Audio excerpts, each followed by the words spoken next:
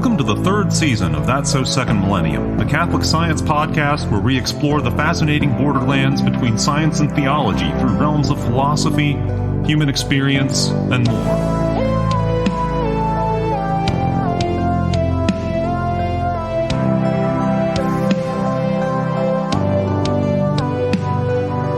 Welcome back to That's So Second Millennium, special breaking news edition here at the Society of Catholic Scientists Conference. That's right. We're here at the Washington Hilton Hotel in D.C., and it's been great to be back amongst live intermixing human beings in a great hotel setting. And the director of the Society, Stephen Barr, seems to have put together a really great did indeed put together a great conference. Would you say, Paul? Yeah, we've been waiting. I had crossed out the 0 on my notes in my notebook for this SCS of 2020, so since it was 2021 now. But yeah, we have the same, I think a very similar slate of speakers to what was originally scheduled when things went south in March of 2020. But yeah, so the topic of the conference was still, it was a combination of extraterrestrial life and intelligence, and that would be sort of the hinge point where we can continue on and to consider artificial intelligence.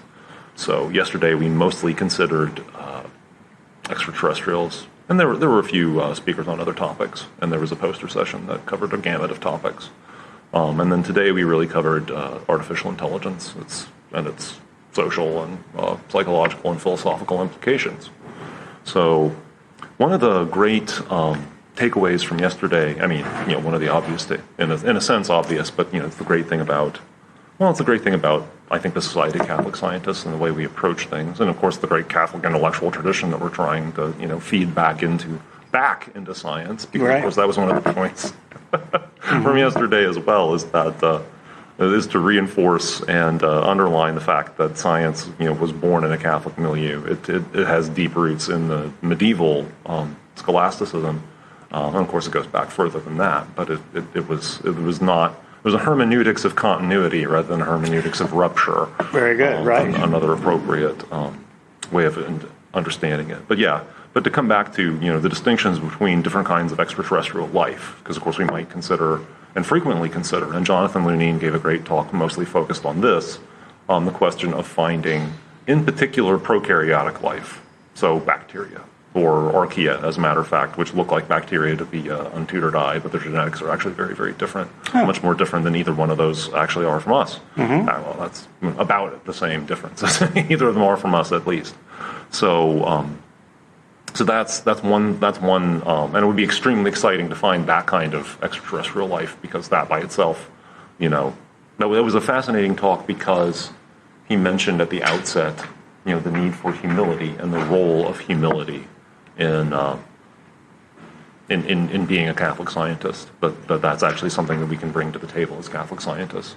And you can think of people among the new atheists, and even not among the new atheists, but among them, it's sort of blithely secular, both within and without science, of course, that are, that are lacking in that, and that it causes conflict. It's a great human story, is it not? But that's something that we, a virtue that can be underappreciated about the need for humility in science. And the humility in this question is that people confidently expected, prior to about 1960, people confidently expected there to be life on Venus. That didn't even come up in this talk, and that surprised me a little bit, because that was really the case. And then it turns out Venus is 450 Celsius at the surface, and no, there is no life anything like what we would know. We haven't found anything that looks like life on Venus. And then we were really sure we were going to find life on Mars. Of course, back in the late 19th century, we thought there was, forests on Mars that changed color with the seasons. Gosh, wow. And that's not the case. As it turns out, that is not the case. Not the case at all. And in fact, we have not found any evidence that really is at all convincing of this prokaryotic life, of this, life being very complicated, but, that would be the simplest form of a very complicated thing, i.e. life. And we haven't found it. We've looked for it, haven't found it yet. And we might conceivably find it. And some people are still extremely confident that we will. But we really haven't. But we can distinguish that from, and I think Karen Ober made this distinction between prokaryotic life, and then, as she put it, animal life. But you could really say multicellular life. Right. There's the distinction between prokaryotes and eukaryotes, which are more complicated, and then there's the ability to actually and eukaryotes by themselves demand oxygen because their energy demands are so high. So prokaryotes were first, partly because prokaryotes can actually survive in anoxic environments like every planet aside from the current Earth that we know anything of. Like even at this point, I believe that's true of all the exoplanets that we've studied. There's still none that have an oxygen atmosphere. We haven't found that yet. That would be fairly smoking gun evidence for life something like ours. Yeah. In fact, but so that would be a whole different. That would mean that the prokaryotic life had progressed to a higher level, able to do these amazing things like change 20% of the atmosphere into oxygen and suck almost all the carbon dioxide out of it, for that matter. And then of course there's the final question of actually intelligent life, and then so there were several talks that dealt with that in one way or another, and the ability for us to potentially contact it or it to contact us. Where would we look? Where should we transmit if we want to be found? Which is an open question. Do we want to be found? Indeed, We right? have no idea whether we would want to be found. Yeah. And we don't really know how other civilizations would attempt to contact us, or how we could, in fact, sweep the heavens for evidence that they don't mean to give us of their existence. Yeah. I'd say yet another question. So, that's the beautiful thing when you actually start to consider the details. There's looking at things at a high level, and we need to look at things in a general perspective in many cases. But there's also the things that you learn when you descend into the particulars, and then sometimes the things you learn when you descend into the particulars you can take back with you to the general, right, and realize that you've had some insights you didn't have to begin with. And then the AI talks today, I was curious to get your opinion since you were able to join us today. Yeah. Well, artificial intelligence has always fascinated me. There's always been a bit of a nervous reaction that I have to it.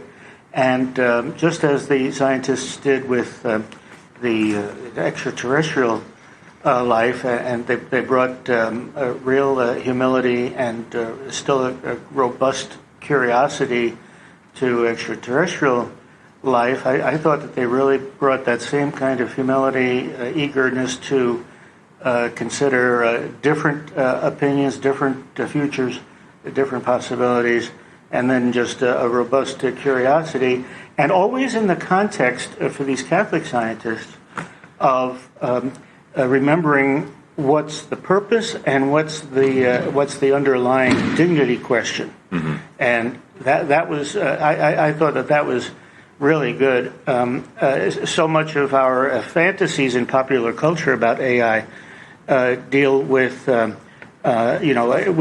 We think of this robot who's just superhumanly smart, like Data on Star Trek or something. Yeah. And I think more than one speaker really talked about artificial intelligence. Still, ultimately, and at least for the time that we can foresee, AI is a tool, and it's going to be customized from purpose to purpose to purpose. Yeah. And, it should be, because it cannot and will not and should not replace human beings. Right. So that's something to keep in mind. And thank goodness there are folks like these scientists discussing these. And philosophers, right. A lot of philosophers of science. We have to keep remembering that aspect and keep drumming in to those broader conversations the fact that, just because we can do something or can pursue something, we should. Yeah. That's not always the case. We should always understand and explore everything. Yeah. But, put AI in its place, which is obviously going to be an extraordinarily robust space for achievement. Yeah. But at the same time, I was a little bit concerned about AI. And one person said, AI would and should not be persons, and AI will always be customized, and AI is a tool. It's the ability to, here's the danger too, and another great service to just, make explicit the danger. the danger, if we go too far in making these humanoid AI creatures, perhaps folks who are caring for the elderly in retirement homes or something, we're going to make their behavior mimic personality. Right. And a personality that is, is so friendly to us and so delightful and so smiley that it becomes a product that we like. Yeah. And there we're going into an area, if we start drumming into ourselves even more than we have already, that people or humanoids are products. Right. Whose behavior is meant to be liked by us. It's a marketplace society.